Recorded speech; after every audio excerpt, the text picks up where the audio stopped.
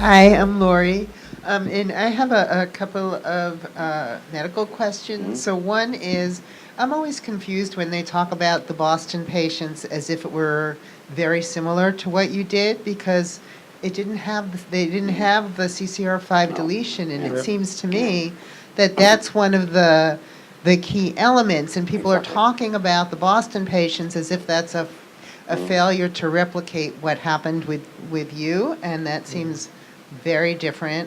So, I'm wondering what your thoughts are on the necessity of the double CCR5 deletion. And also, I know we're looking at the possibility of doing autologous transplant so that you don't have to worry about the match, and I would imagine there'd be less chance of rejection. But then there's concern about what role did that whole, I always forget if it's host versus graft or graft versus host disease, that happens during the transplant from somebody else. So I'm wondering if the doctor could comment on that. It's an important point. And I was wondering when they published or make that Boston patient public that they claimed some kind of cure. I was very astonished about this because there are reports from 30 or 40 patients who received allogeneic transplantation without this mutation, and they all relapsed from HRV when they take off the medication. So the data are quite clear, but there are some similarities between the Boston patients and Timothy. It's the try to find the virus in those patients, and in both in Boston, like in Timothy, we try to find virus with the highest detection methods with single copy assays. They made apheresis to collect a huge number of white blood cells.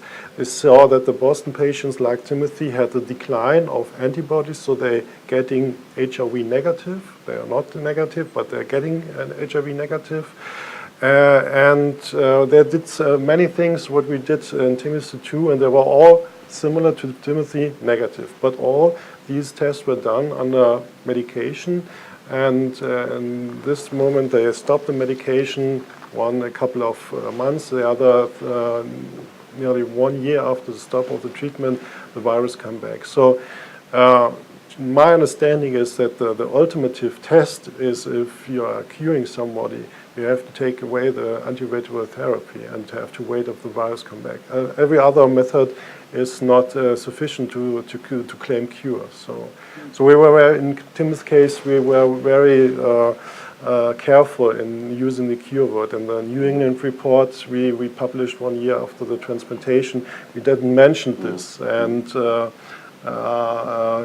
Jay Levy wrote an editorial for this, and he titled "Not a Cure, but Encouraging New Directions" or something like that. We didn't say cure. I don't know why he comes to cure, but that's obvious. I went to a meeting in San Francisco with another gentleman that's here, Stephen LeBlanc, and he went up to do something like this, talk to the panel, and Rowena Johnson was there. She's also here, and the thing was titled "Cure a Four-Letter Word," and he asked me if he could introduce me, and so I stood up and turned bright red, and so that was kind of my introduction to public speaking, but I didn't speak at all.